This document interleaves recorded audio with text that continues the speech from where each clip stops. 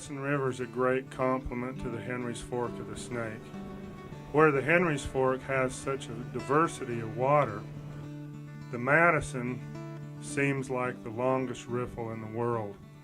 And it's accessed only a short distance from our shop in Last Chance. It's about a 45-mile drive, and it lands you at Reynolds Pass, or Highway 87. From there, you can access the river by walking upstream or downstream and fishing this fast pocket water.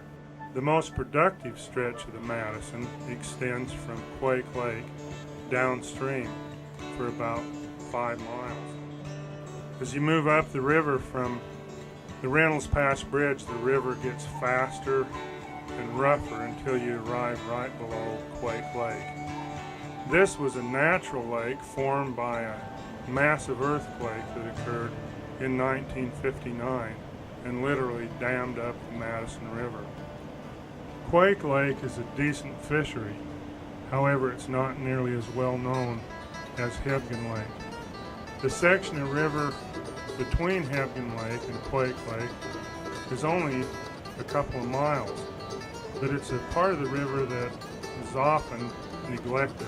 It's open year-round, and at times there are some real big trout that move into this section, as evidenced by the big 10-pound plus brown trout that was caught by my friend Bob Jacklin.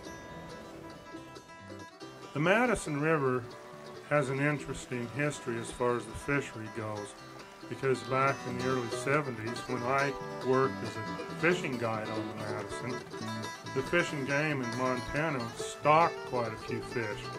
And then they stopped that practice and the fishery really turned around. And it almost reached the point where there were too many fish per mile.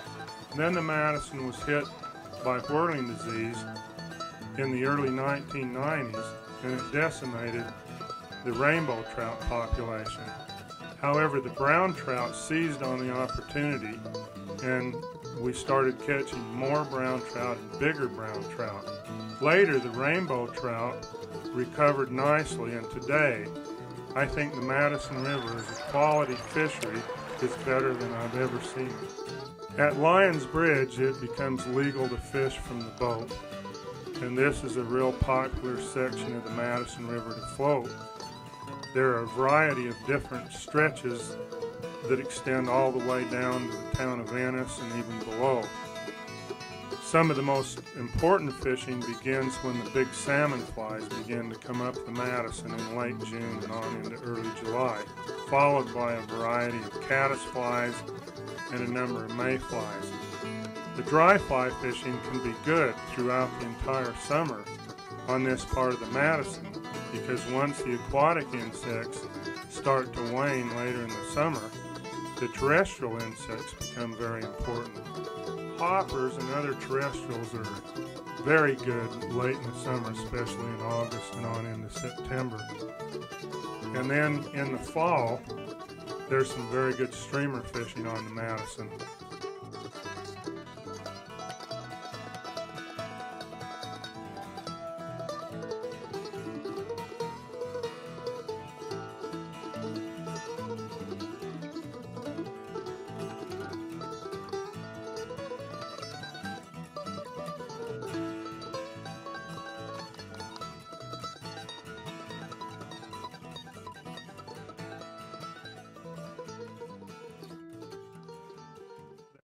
Rich history and continued excellence.